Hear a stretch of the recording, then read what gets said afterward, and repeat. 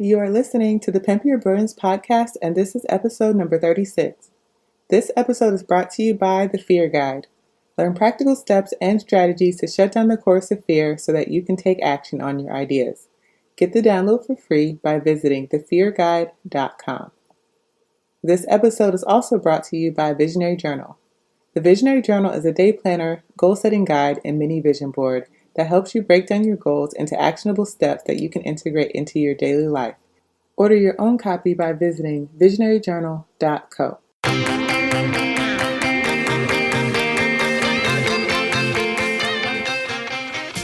Welcome to the Pimp Your Brilliance podcast with Monique Malcolm, a show about creative people leveraging their brilliance to create their own opportunities.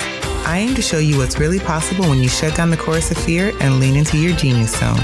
You can learn more about this show and subscribe for updates by visiting keepchasingthestars.com/podcast.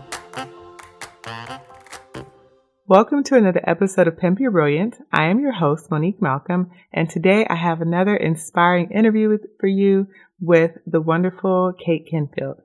Now, let me tell you a little bit about Kate. Kate is a speaker, writer, and empathy educator. Her workshops, talks, and writing seek to improve people's emotional literacy, whether in a professional or personal context. Kate has also developed a unique set of cards that she calls Tea and Empathy. She has used these cards in trainings that have helped doctors, students, activists, and many others to better understand and talk about feelings in a practical and non-confrontational way. Kate is really good with communicating, and especially communicating feelings. And so in this episode, Kate shares why she started working as an empathy educator, how you can practice better self-care by advocating for your own needs, and 3 ways to improve your relationships in business and in life. So if you're ready, grab your pen and your notebook, and let's dive in.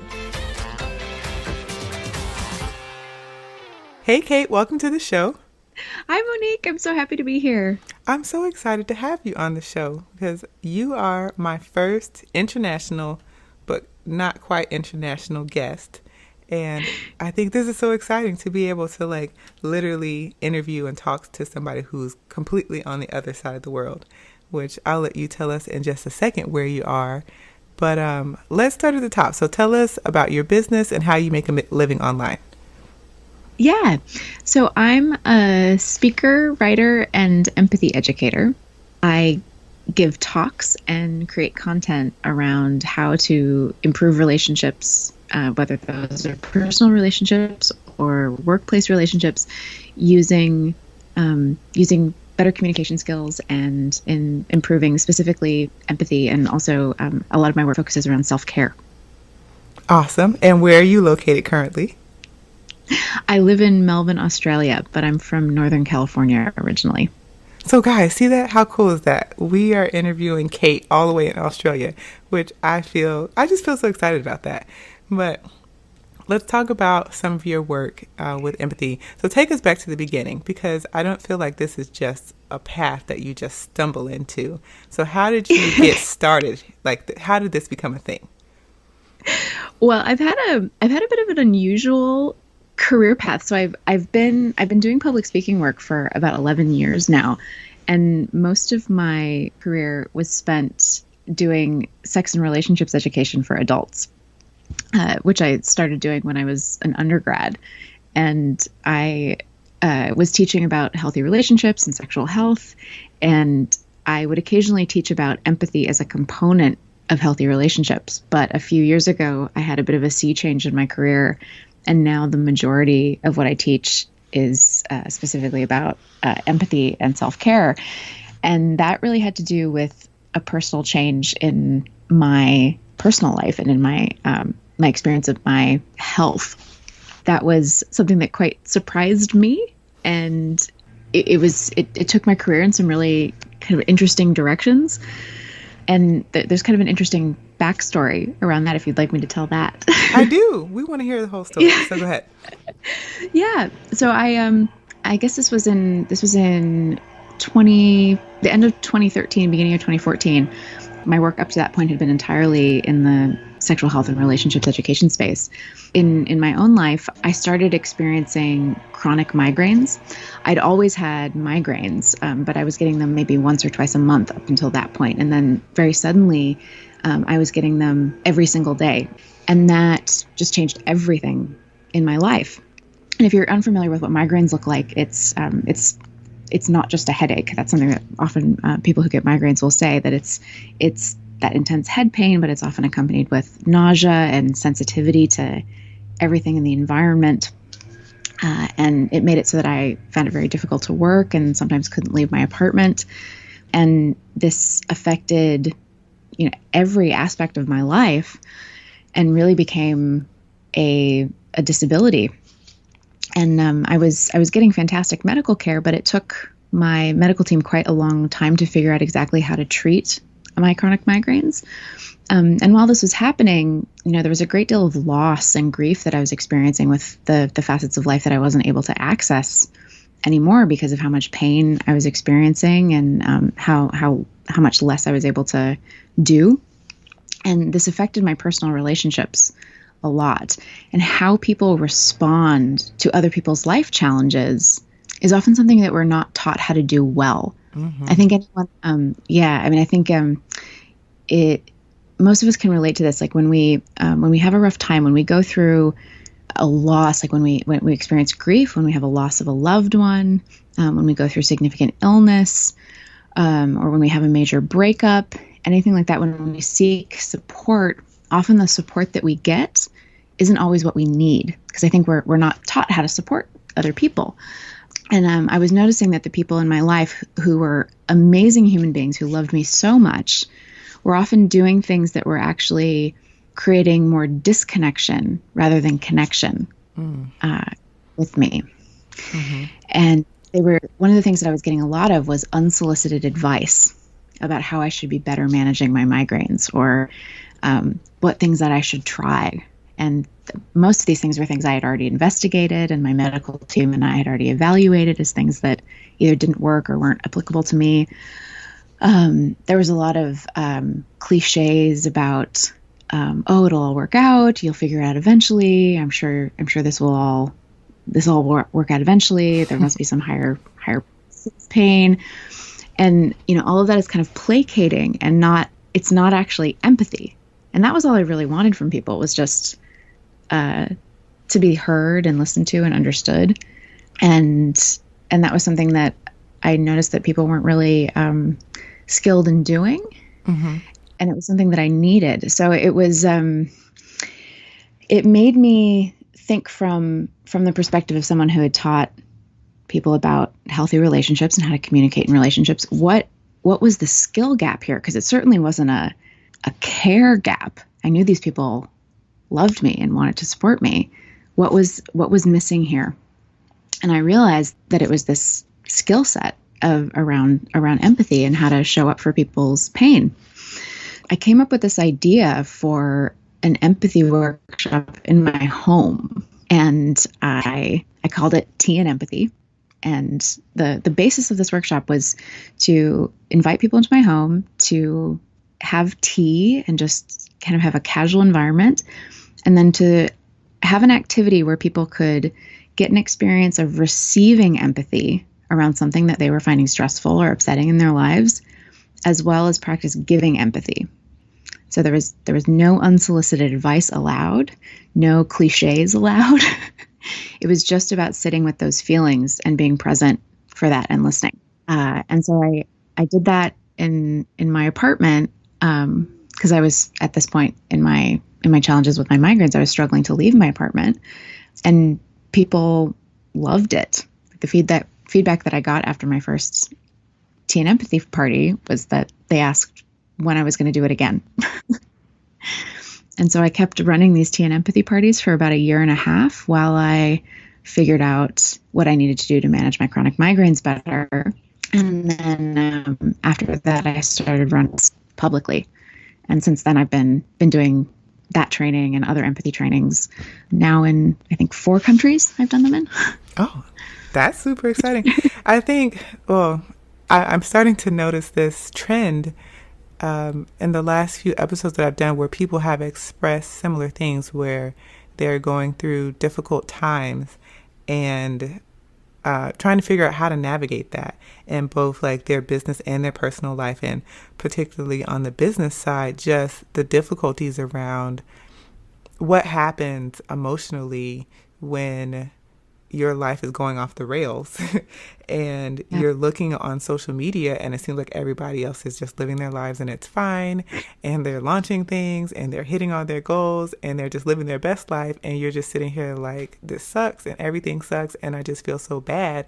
And there's not a lot of conversations around like, what do you do when you have a difficult time in life? Because everybody does at some point. And I feel like some of those intense feelings of feeling isolated and left out and lonely are intensified by being an entrepreneur, because so many things like rest on you. And it's like when you have to take a step back, there's just this space of like, what do you do with yourself now? Like, you're supposed to be resting and healing, but also like you feel sad and angry that like people are going on with their lives and things over here just suck, and it doesn't feel like there's a really good place to talk about that. So I love that you shared that story. I think you bring up such a good point. I think something that comes up really often in the empathy workshops I'm teaching now is around the way social media intersects with self-care, and how it's something that after a stressful day, people are often wanting to go onto social media as just a way of kind of unwinding and turning off their brain, but it can end up being something that is sometimes beneficial and sometimes detrimental to their well-being. And what you're describing, that sense of loneliness, or that sense of everyone else has it sorted out and I don't, can be so destructive. And I think most people know intellectually that Instagram is a highlight reel. But I think in reality, if you're not actually getting to connect with what's real for other people, it's hard. I sometimes think about the privilege that I have in doing the work that I do, is that I get to hear what's real for people all the time. Like, I'm under no delusions that like everyone's having a rough time. Everyone's dealing with this. And it'll be like in the workshops, it'll be this epiphany for other people, where like when they'll give a reflection, like, I had no idea that everyone else was struggling so much. I thought everyone else had this figured out and it was just me. That is so real. A few episodes ago, I did this one about logging off to create and how do you know when it's time to do a social media detox. And I had so much anxiety and like reservations around putting that out, because I felt like parts of what I wanted to share about my reluctance to use Instagram will come off bitter. And that's hard, because I am a person, like, people are like, I like you because you're positive and you're inspiring, and that's who I am to my core. But social media is such a rough thing for me, because I realize that it's people's highlight reels, and that everybody has things in their lives that are just crazy and off the rails, and they're just not showing that, and that's fine. But I just always feel like I stand in this place of like, but it's not real. And how do you form connections in a place like, and meaningful connections in a place where so much of it is like staged? It's such a rough thing for me to navigate Instagram, just because I know that, and I don't have a solution for it. But like I said on that episode, and I said this to my husband a few months ago, like you said, intellectually, we all know that social media is detrimental, and that it's a highlight reel. And I've had so many conversations with other creatives about Instagram in particular being such a source of comparison for them. But every day we log on there and we drink from that well. And we do it every single day willingly, even though we know that it's the source. And I don't know. I always wrestle with like, what do you do about that? Because you can see the benefits as a business owner and how it can help you put your brand out there, and it can do a lot. But it's like, where do you balance the benefits of what it does versus to like what it actually does to you psychologically and emotionally? And it's just, I don't have an answer there. It's just something that I want to say, because I just feel like I need to keep reiterating this point because it makes me feel less crazy that I experienced such a disconnect there. I think about this a lot, actually. And I think for me, the way I balance that is that I accept and enjoy the fact that Instagram is a highlight reel. Like I almost think of it as like, the way I conceptualize it in my brain is people's gratitude journal. Like, it's, rather than thinking of it as a manufactured self, it's the things that people are most happy about in their lives. And I try to enjoy it as that. And when I want more meaning and more authenticity, I seek that offline. And that makes a lot of sense. And I think that's often what's missing from people's lives, and something that I've found in the workshops that I teach is when you get people talking about feelings around stuff that's real and getting them to engage and be present with those feelings without trying to fix them, without trying to offer advice or shift people out of their challenging feeling states as quickly as possible, just getting to really be with what's real, that it's sort of the counterbalance to that. But I think that's better achieved offline. Like, that's just really getting to be with that in person, I have found. I think some people find that online in other spaces, but I personally find that is better achieved offline. I think I'm that person too. I think that for me, that's one of the big things about social media. I like it and I think it's cute and it can be a nice escape, but I think that I do like connecting with people just offline and getting to hear like, what are you doing and how's that working, and is there something that I can do that can be a resource or a way to assist you? And I don't always feel like social media is that place. It's a place that we just all show up to and we scroll endlessly and to no end. But we're getting off track. And I had some other things I wanted to ask you. Well, I can talk. I think it's actually, I think it's probably not what we were planning to talk about, but I think it's all relevant because I think it's all about how people feel and what they're trying to feel and how they're trying to get their needs met, and how that's a little bit, how that can be a little bit off track, and how people are trying to connect. No, I agree. I think you just used the right words for that, like how people are getting their needs met. And that even has me thinking right now, like, okay, what you just said about like it being a gratitude journal, like maybe there's some perspective shifting that I need to do around my consumption of social media, and also think about what need do I feel like it's filling for me, and maybe that needs to shift and maybe that needs to change. I don't know, but I'm going to think about it now. I don't have an answer yet, but if I find one, I'll definitely come back and we'll record another episode about it. One thing I wanted to ask you before we've already kind of gone into empathy, but I wanted to ask this at the top, but we're circling back. How do you define empathy? Because I'm not sure that everybody even knows, what does that even mean? Yeah, I think a lot of empathy researchers aren't even on the same page about what empathy means. So I think when you, often when you're reading about empathy or talking about empathy, people are often not on the same page. So whenever I teach a workshop on it, I'm always clear about clarifying what I mean when I say empathy. So the way I define it is that empathy is about being curious about and non-judgmentally engaged with someone else's emotional world.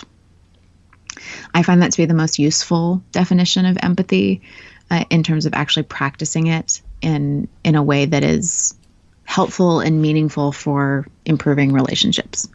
I think that in that definition, it includes curiosity, and I think curiosity is really a prerequisite for empathy. I think you can be curious without being empathetic, but it's very difficult to be empathetic without being curious. Like really having that desire to understand someone else's perspective and understand their emotional landscape. And then that non-judgment piece is also really important. If someone feels like you're judging them, it's really quite impossible to feel empathized with. So I think also when we're talking about empathy, it's useful to understand that I see there being kind of two types of empathy that are important to understand the relationship between. So you have empathic concern, which is this kind of this empathy that I'm describing in this definition, this being curious about and non-judgmentally engaged with someone else's emotional world. That's really very much a skill set, like something you can foster and build over time. It's a social skill. Increasing your emotional vocabulary can help improve this. Increasing your listening skills can improve this. And then you have empathic contagion. So that's an experience that a lot of people can relate to, where if you walk into a room full of people that have just had a really intense, stressful conversation that you weren't necessarily a part of, but you can kind of feel their anxiety and their tension, you kind of catch feelings. Or if someone's just gotten really angry at you and you didn't necessarily cause that anger or anything, but you kind of catch that anger and you can feel those residual feelings. Or when you're around a bunch of children that are playing and they're just ridiculously joyful and you can feel that joy. That's not really your joy necessarily, but you can catch that joy. So empathic contagion is just kind of part of being human and being alive. And it's something that is good to pay attention to. Some people are a little bit more susceptible to it than others. And it's something that with the more kind of challenging emotional spectrum, it can increase burnout to some degree. So this is in my work, I work a lot with healthcare providers and educators and people who can work with challenging clients or patients, and they can experience a lot of stress in their work and working with people who have really challenging life circumstances, and they can experience a lot of empathic contagion in their work. So this is where having really rigorous self-care practices can become really important to making sure that you're not taking on too many feelings of other people, so that you can make sure that you can continue practicing enough empathic concern so that you're effective at your job and still being a caring provider in some way. Okay, so I feel like now would be a great time to talk a little bit about self-care and being intentional for advocating for your own needs, which is something that I really admire about you, that you're really intentional about like self-care and taking care of yourself and advocating for your needs, especially when there are things that affect your health or potentially could, trigger a migraine. I know everyone else doesn't know this, but you and I actually know each other, and we spent time together. We've gone to Epcot together. Yeah. And I remember we were, I don't know what world we were in Epcot. We were visiting one of the countries, and there was, I think it was close to India, and there was a room that had like just strong smells and like fragrances, and you were like, yeah, I don't want to go in that room because it can trigger a migraine. And I know like sometimes people will be in a situation like that and just like, oh, I'm going to just do it because everyone else is doing it. But you're like, no, I don't want to do that. And it was fine. I mean, it wasn't a big deal, but I just admire how you always just are like, nope, that's going to go bad. So I'm not doing that. So let's talk about that. Do you have any insights to share there? Like, how did you get to this point where you can just be like, no, that doesn't work for me, and feel like comfortable standing in that? I love that you remember that story. I think that's it's something that's hard. I think for like especially for women to be able to stand up for boundaries like that. I think the way we're socialized is very much to be compliant and to kind of go along with what other people want to do and to not express boundaries. And I think often the way self-care is talked about is very much in this spa day, mani-pedi kind of framework. And I think that those are great forms of self-care. I think those are totally valid. I don't want to poo-poo, getting a massage as a form of self-care. Like, I think that's great. But I think that often the most powerful forms of self-care are things like boundary setting. Like that example of me not being able to go into a place that is heavily scented. Scents and incense and air fresheners will trigger a migraine for me very quickly. And then I will be, potentially incapacitated for the rest of the day. And that can be a difficult thing for me to articulate, because it might, in my mind, I will sometimes have the thought, this will interfere with someone else's autonomy. Someone else might want to be going into this space that is heavily perfumed, but I know that I won't be able to participate in life if I do go into this space. So it's the way I just sort of manage that is that I have learned to know what my limits are and to just articulate them as kind as possible, and as clear as possible. One of the things that helps is just surrounding myself with people who are kind and who I trust, and who are respectful of those boundaries. I think that this is another part of self-care, is that I can articulate my boundaries all day, but I have to be around people who respect those boundaries as well. I mean, I think self-care doesn't happen in a vacuum. This is correct. And I think sometimes we think that it does. Like, it's like, okay, well, I have to do this and I have to care for myself and I have to put myself first and all of these things. But I think you just hit on a key point. It's making sure that the people who are in your life actually respect those boundaries that you set. And I mean, that actually kind of gives them a role in your self-care to a certain degree, because the expectation is like, I set a line here and you have to understand, like, you can't cross it or you can't push me over the line, and being okay with that. Yeah, I'll talk about this idea of pair care as well. Like, I think self-care, the definition of self-care that I use is that it's self-directed actions to allow you to restore so that you can participate in life in ways that are meaningful to you. But they're not necessarily solitary. So I think it's important with self-care for these things to be guided by you to help restore you. But some of the most powerful forms of self-care are things that involve other people, because connection and community and the assistance of others are often things that really help restore us and fill up our cups so that we can regenerate well. And that's I love that. Yeah, I think that's a really important part of it. And I think this is where the empathy piece ties back into the self-care. I think with self-care can make us better resourced to be more empathetic to others. But I think that bringing empathy into our relationships allows our relationships to be stronger, so those relationships are more nourishing and more supportive of our self-care. I love that. You're the first person that I've heard that that said it in that way, that it isn't just about you solely. It's self-directed, but it involves other people. So that's a really good point. I don't know if you talk a lot about that, but if you don't, you should add it to your list. I talk about it a lot in my trainings. Well, then I feel like we just need to have you come back in, and we need to do like a training or something, because a lot of people need help with self-care. And I think what you just described is like spot on, and we don't even really think about those things. Thanks. Hey, Star Chasers, still struggling to reach your goals?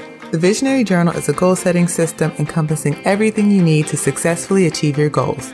It seamlessly blends goal setting, visualization, planning your day-to-day, and regular review to help you get from idea to done. The Visionary Journal is designed to help you transform your goals into actionable tasks and integrate them into your schedule. You start with the big picture areas of your life, set SMART goals, create a 90-day action plan, and commit to doing the work that will move you closer to achieving that goal. For more information and to order your own copy, visit visionaryjournal.co.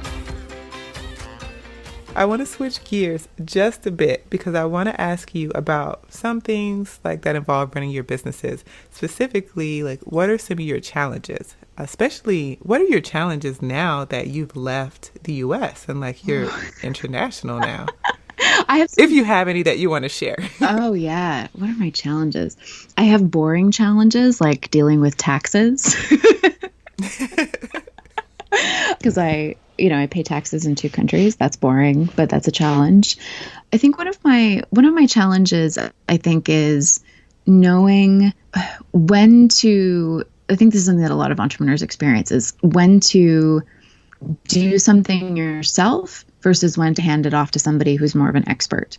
And girl, that's the story of my life. Right. And I think it's when do you learn a new skill? Because so much of that entrepreneur's journey is, when do you learn a new skill to add to your repertoire versus when do you just hire somebody where that's their expertise and surrender to that. And I've learned, like, one of the things that I've learned is that it's usually better to just hire someone else when it's their expertise. Like with my upcoming crowdfunding campaign, like I've read a lot about how to do Kickstarter well and do all of that, and like enough to be kind of across things. But ultimately, I've hired someone who's a crowdfunding expert to project manage it for me and implement things, and it's just made my life infinitely easier. You know what? I think a lot of times we underestimate like how much work it's taking us to actually DIY something, even if it does save us money. Mhm. It doesn't save us time, and sometimes it's a lot more stress. I actually, as of last month, have handed off podcast editing to someone else, and I've been editing my own podcast for over a year. And in my mind, I didn't feel like it was the worst part of the process. I felt like writing the show notes were the worst part of the process and just like all the little tedious things that go along with uploading a show. But after I handed it off to her and just to have somebody email and be like, hey, the show is done and it's in the folder, like the first time she did that, I feel like she gave me a whole birthday cake and was like, here's a whole cake, eat it by yourself. Because I was like so over the moon excited about it because I was like, wow. And it really changed the dynamics of how I feel about the podcast because I love the podcast, but I was getting to a point where I was getting burnt out because I don't really have true seasons. So it just kind of felt like it was becoming relentless where like I was on this wheel every week of having to edit and record and do all of the things for it. And it was draining. And it just really kind of made me a little sour about the podcasting thing because it's like, oh, it just takes so much time. But then I outsourced that and I was like, oh, now like I can just show up and record it and be like, here's the thing. And you send it to me when you're done. And then when she does, I just put it where it goes, which that's the next thing I'm working on, like hiring somebody to handle the little admin tasks that are attached to it. Yeah. But once I get that done, like, and I only have to record, like, it just changed everything. I was like, yes, let me go book all the guests now because I don't have to edit it anymore. That's brilliant. And then you get to create more content and you get to create more value in the world and you get to just do what you're brilliant at. I think this is a hard lesson, I think, for every business owner I know. It's just knowing when to do that. But I think it's being, anytime you own your own business, like you want to take risks when it's appropriate, but then you want to be cautious with not spending money recklessly. And I think often where entrepreneurs do that is by doing everything themselves. They take risk with the self-employment thing, but then do everything themselves and then overworking themselves. And yeah, but you need to, I mean, I think this is part of self-care as well, is being more guarded with your time. And how do you do that? And how do you do that well? And I mean, I think one of my best self-care things I ever did was invest time in some Gmail canned responses.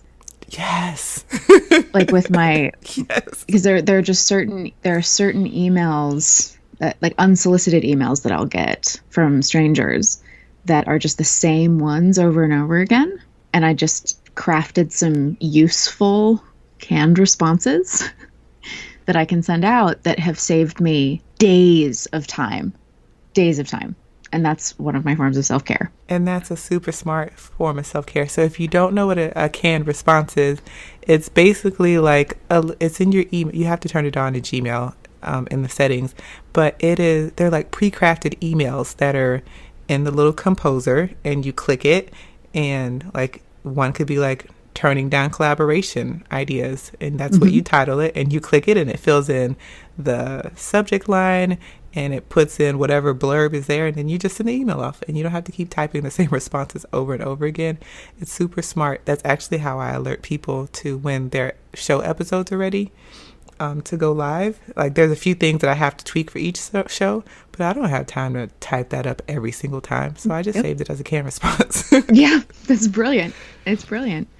Anything, like there's so much to efficiency that's actually self-care. When I teach about self-care in my workshops, I talk about the different types of self-care.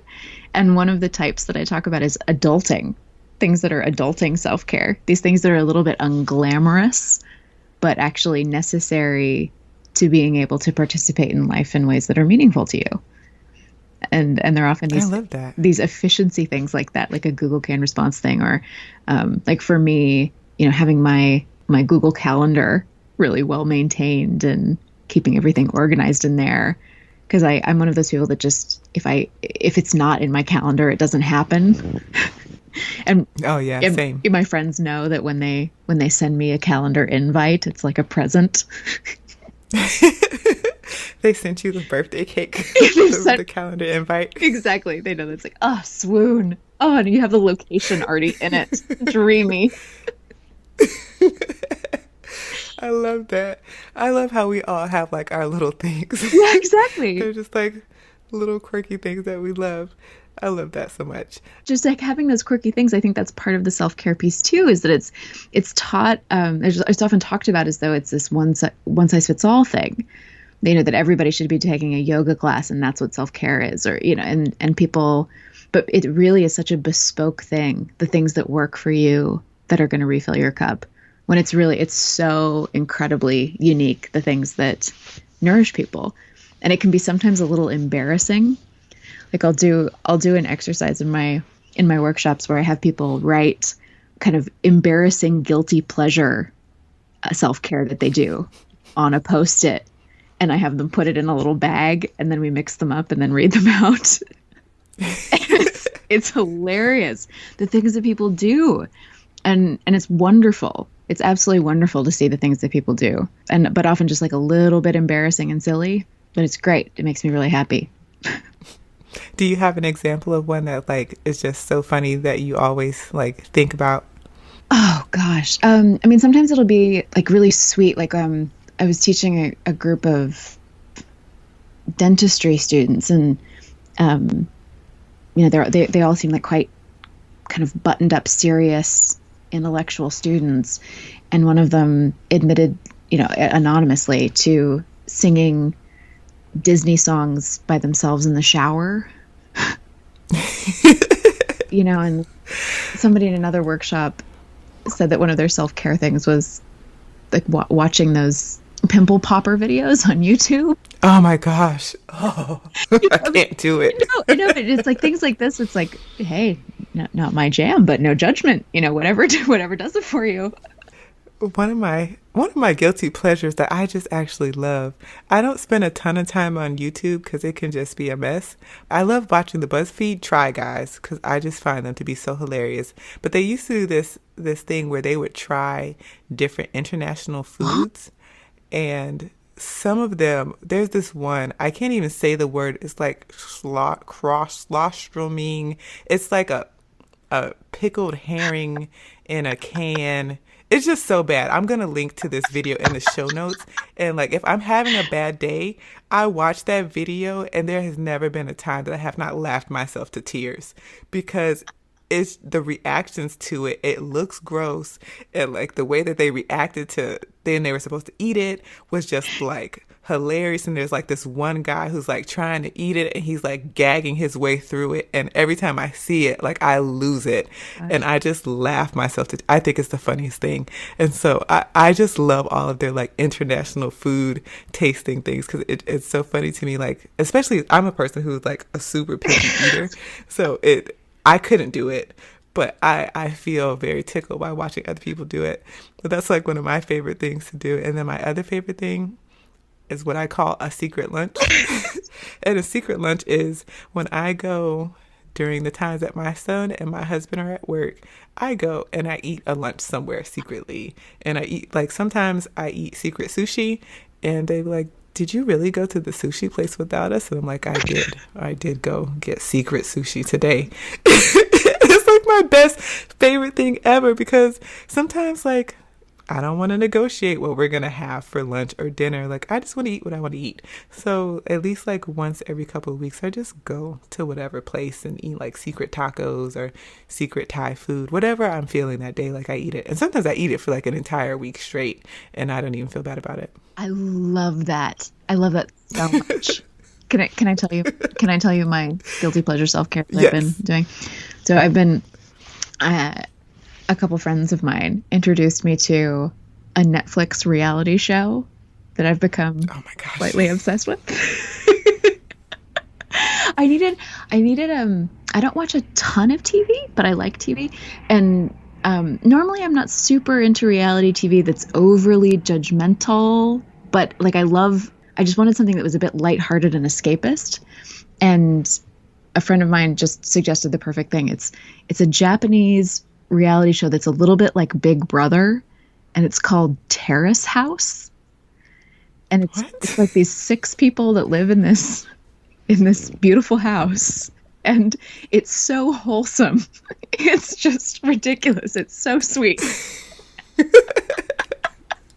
It's all subtitled. Oh my gosh. And like when it was described to me, I was sort of like, I don't know if that's my jam. And now I'm just completely into it. And and I watch it with them, and their amazing cat sits on my lap, and we get food delivered, and it's just like amazing self-care after a challenging week. It's dreamy. I love that. Listen, like you said, everybody has like there's something, but I think it's so neat to like hear what other people are doing that just like fills them up. And like, I know I probably shouldn't eat that much sushi, but I don't even care. I just do it because I like it. It makes me feel good. And so at this point, we're getting close to the end. So I have just a few more questions for you. But the big one is, what do you feel like has been your biggest lesson learned on your journey so far? Gosh, I'd say the power of relationships, really, and how much that's been pivotal for me in everything that I've done. Like I think about from the beginning of my career to now, like I got my start in my speaking career because of an incredible mentor that I have, and nurturing a relationship with her, and really putting myself out there and seeking out her mentorship. That was really what launched my speaking career. And then, I mean, at every kind of pivotal moment of my career, it was really about fostering a meaningful relationship with someone offline. A lot of my relationships that have been meaningful in my career have started through social media, but they've always flourished offline. And I think, I just can't really underestimate how important that's been to develop those and to let people help. Mm-hmm. I think like something that's been really meaningful for me more recently in my career is having mentees of my own. I have 2 amazing mentees in my life right now that I meet with once a month and have dinner with them. And that's been really meaningful to me. Yeah, I think that like seeing that, how that cycle works, I think has probably been one of my, probably my biggest lesson. I love that. All right. So last but not least, my favorite part of the show, which is the Pimp Your Brilliance Action Challenge. I feel like I need like a soundbite that's like the Pimp Your Brilliance Action Challenge. And it's like echoey like audio for that. But Kate is going to share with us 3 key ways to improve your relationships in business and in life. I love this. I feel like I should be throwing some glitter or something as part of this. I feel like there should be like those air cannons that like pew pew pew pew, and then like you come in and you like blow us away with your insight. That'd be amazing. I would love that. It'd be great. Okay, so my first one is to listen and offer empathy before you give advice. I think this is something that often people forget to do when people are coming to you with some stress that they're having, or when they're having a difficult time in some way. Often our first instinct is to give them advice or tell them how they should be handling something better, or giving them strategy in some way. But it's really difficult to action any advice if we don't feel seen and heard first. And this is a dynamic that I see playing out a lot. But if you can listen first and offer empathy and helping them figure out what it is that they're feeling and giving that reflection first, it can go a really long way in improving the relationship. And if they actually do want advice, your advice is going to be better. So listen and offer empathy before you give advice. So the second one is increase your emotional vocabulary to build self-awareness and empathy for others. I think one of the biggest things that you can do if you're wanting to improve your empathy is to just increase the number of feelings words that you know, like beyond just sad, angry, frustrated. Really just improving your vocabulary there can really help increase the amount of feelings that you can recognize in others and recognize in yourself. Can go a really long way. So number 3 is build your self-care fortress. so that you can sustainably show up in your life and in business in ways that are meaningful to you. So in the trainings that I do around self-care, I talk about this idea of a self-care fortress. And I like this as a metaphor because I think about this really strong structure that you build to weather the storms of life. And self-care should really be not just one thing that you do, but multiple things that you do that keep your system strong so that if inevitably when stuff happens to you that is challenging, you have good systems in place to refill your cup so that you can regenerate and restore. And as we talked about, that's not something that you should have to do alone. It's just something that is self-directed. Awesome. Well, those were 3 really great tips, and I will have them listed in the show notes as well. Before I ask you where listeners can find you, tell us about your tea and empathy cards, because you've mentioned them a couple of times, and I know you have something coming up. So now would be a great time for you to share that. Yeah. So the tea and empathy cards are a tool that I developed for my tea and empathy workshops to help people with improving their empathy skills. So basically what they are it's a deck of cards, and they each have a different feeling on them. And they can be used in a number of different ways to exchange empathy between people, or people use them on their own as a solo self-care practice and self-reflection tool. Often people will use them as journaling prompts. One of the most common ways that people will use them is they'll think about something that they're feeling, and they'll go through the deck of cards, and they'll think about each feeling that comes up on each card, and then they'll place the cards that reflect the feelings that they're feeling out in front of them. And it can just be really helpful for unpacking the way you feel about something and then communicating that to someone else or just to yourself. And it's amazing how getting those feelings out of your head can really feel powerfully healing. It sounds quite simple, but can be really impactful. And then when you get all of those feelings laid out in front of you, you can actually move them around and organize them. And being able to organize your feelings is something that can be quite difficult in your head, but actually having these cards in front of you can allow you to do that and make some sense of them and make connections between feelings and allow you to talk about them. That can be really helpful for processing your feelings and moving through them. So it's I use them in a number of different ways in the workshops, and I had originally created them just as a tool for those workshops, but then people started asking me for their own decks to take home. Then I started selling them just as a print-on-demand thing where people could buy them. And so it's turned into quite a thing. It's gotten to the point, though, where I need to have a better system in place for people to purchase them. So I'm doing a crowdfunding campaign at the moment through Kickstarter, where people can get a nice custom-made box and a nice instruction manual. That's something that I'm super excited about and has been in the works for some time. Yes. So tea and empathy cards, guys, they're going to be on Kickstarter, and you're going to get a set. I will link them in the show notes, and there should also be a link inside of your podcast app. If you look at the description, there's a link in there, and you can click it and go check out the campaign, which you totally should. And with that being said, do you have any books that you've read recently? Because we are readers here. So do you have any book recommendations? Yeah, I think the best book that I've read about empathy is Megan Devine's It's Okay to Not Be Okay, or It's Okay That You're Not Okay. It's a book about grief. So it's very much targeted for people who've had death and loss. And she's Megan's a therapist and grief expert, but I think this book is just required reading for anyone who is human. And it's very much in line with my philosophy on empathy and how to show up better for other humans.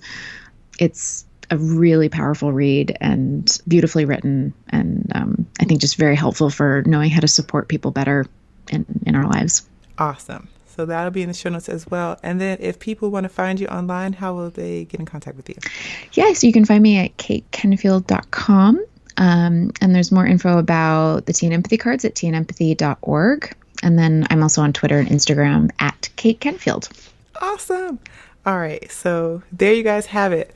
Plenty of things for you to think about, especially around empathy and self-care. And this is why I had Kate on, because I knew she was going to just wow us with her, just how delightful she is about like being a better person and having feelings and how it's okay. And you can still show up and like be the best version of yourself and support other people in the process. So thank you again for being on the show. Oh, it's my pleasure. Thank you for having me, Monique. It's always a pleasure chatting with you.